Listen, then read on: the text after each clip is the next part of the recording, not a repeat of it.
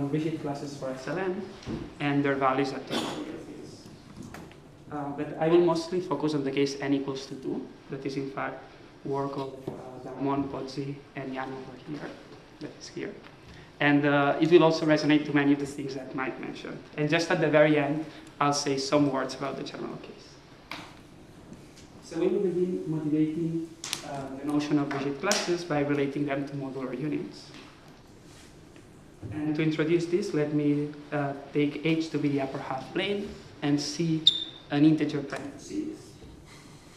And then attached to any vector in Q square mod Z square of order n prime to C, we can consider a single unit that I'll write like this: CG and then a subindex of this vector. And this is an instance of a modular unit that what this is an invertible function in the upper half plane that is invariant by a congruent subgroup, like in this case gamma of n. And this is all that we need to know for single units for this slide. And the consequence of the theory of complex multiplication is that if we take tau, an element in the upper half plane that generates an imaginary quadratic field k, then the value of this modular unit at tau, that could be any complex number, is in fact an algebraic number that lands in an abelian extension of k. And the theory of rigid classes has as one of its goals to generalize this type of theorems, but to other number fields, and in particular to real quadratic fields. And when we see this, we first encounter a big problem, maybe, that is that the upper half plane has no real quadratic irrationalities. And this motivates, there will be many solutions, Paloma showed a different approach this morning, but this motivates to try to take a p-adic approach to solve this question. So for this, let's consider P a prime, HP the p-adic upper half plane, that is Cp minus Qp. We consider the rigid functions, on HP, and let gamma p be the Ihara group, that this will play the role of the congruent subgroups upstairs. So as we saw in Mike's talk, a rigid class, in this case a rigid analytic class, it's an element in H1 of gamma p with values in A star mod Cp star. And you see that this generalizes the notion of modular functions, as modular functions are elements in H0 of a congruent subgroup with values in functions. So we replace an H0 by an H1 and an Archimedean space by a non-Archimedean space. And the key thing about rigid classes is that a rigid class J can be evaluated at a point tau generating a real quadratic field. So the process is a bit involved, but it outputs a number that lies in the completion of F at P. And at this point, I can state one of the known theorems about rigid classes, which is that if we take a rigid class that is Eisenstein, so what this means is that in this cohomology group H1, it might look complicated, but it admits a Hecke action. And the Hecke eigenvalues are the same as modular forms of weight 2. So if I take something that has the same Hecke eigenvalues as an Eisenstein series, and I evaluate it at tau, the number that we get is algebraic and lands in an abelian extension of the real quadratic field. So this theorem, we say that it generalizes the theorem above because it allows to produce elements in abelian extensions. And in fact, it can be used to solve Hilbert's swap problem for real quadratic fields. And as Mike hinted, and explained some of it, like the proof of this theorem goes from by relating the values of these rigid classes to Fourier coefficients of modular forms. And now what I'm going to do is I'm going to briefly outline this for this case n equals to 2 and try to relate it a bit to the language of the theta correspondence, or theta lattice. So roughly speaking, the values of rigid classes are p-adic limits that involve cycle integrals of modular forms. So maybe if I try to be a bit more precise, if we take tau a point in the p-adic upper half plane that generates a real quadratic field F, and that is stabilized, its stabilizer is generated by one element of infinite order. So we have to think that this element gamma will act by Moebius transformations and will be some sort of the automorph of the quadratic form that has tau as one of its roots. Then the value of a rigid class has this expression over here. That I agree that it looks a bit scary, but I'm going to try to go over the important parts. So we have some limit of certain elements, and this limit will be a p-adic limit. And the important thing to say is that this has some products of elements in F, this A tau plus B.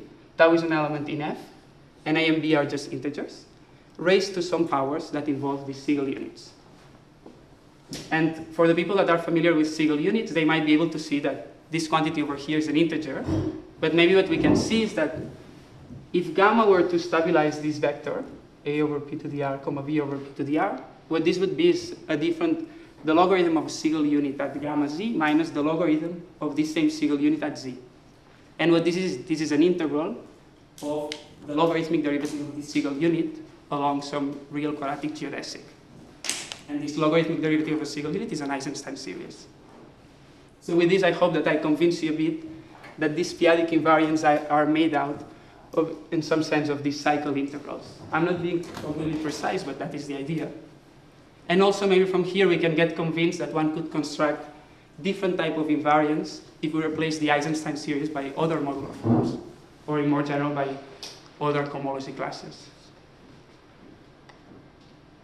And the way to understand these values, this was studied first by Darmon, Dasgupta, Pollack for some averages of them. This is why I wrote this norm. And later the refined, the full J Eisenstein of tau was studied by Darmon, Pozzi, and Wong.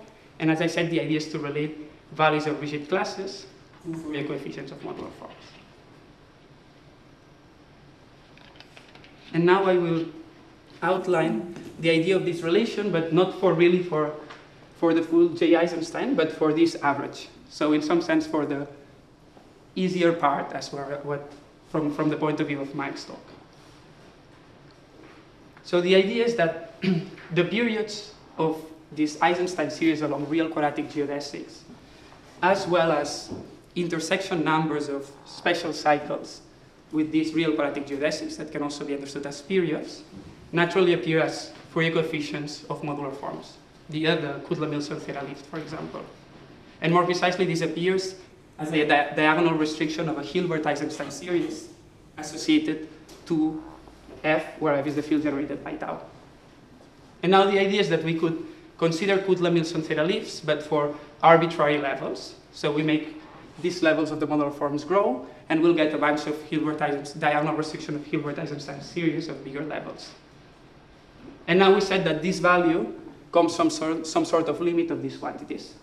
So if we take the limit in the left-hand side, what one gets is one can calculate from it the values of the rigid cocycles.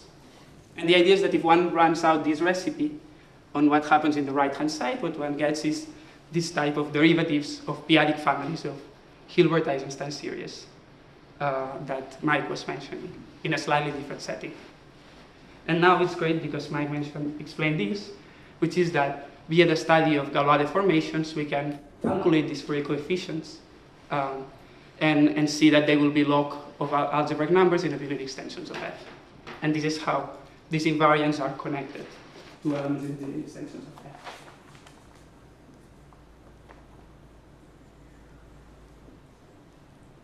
So what we are doing with Peter Su is to try to construct a rigid class for SL and Z and hope that from there we can get information about abelian extensions of totally real fields.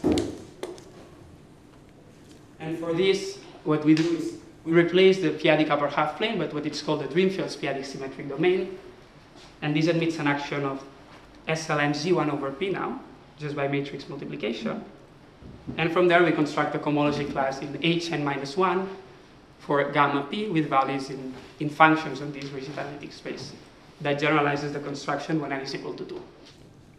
And for this, what we have to do is find a good substitute for these Siegel units and this Eisenstein series, and for this we use what is called the Eisenstein class of a torus vector that was studied by Bergeron, Charlois, and Luce.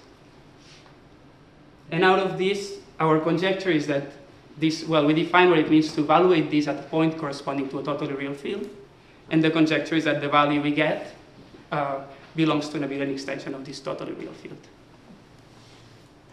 And so far what we have is some average version of this conjecture. So some type of average or local norms is equal to a local norm of the number we would expect. And I'll just conclude by saying that some of the picture I drew before about finding these numbers as coefficients of modular forms is used here, but we still have a lot of work to do to actually complete it. So thank you very much for your attention.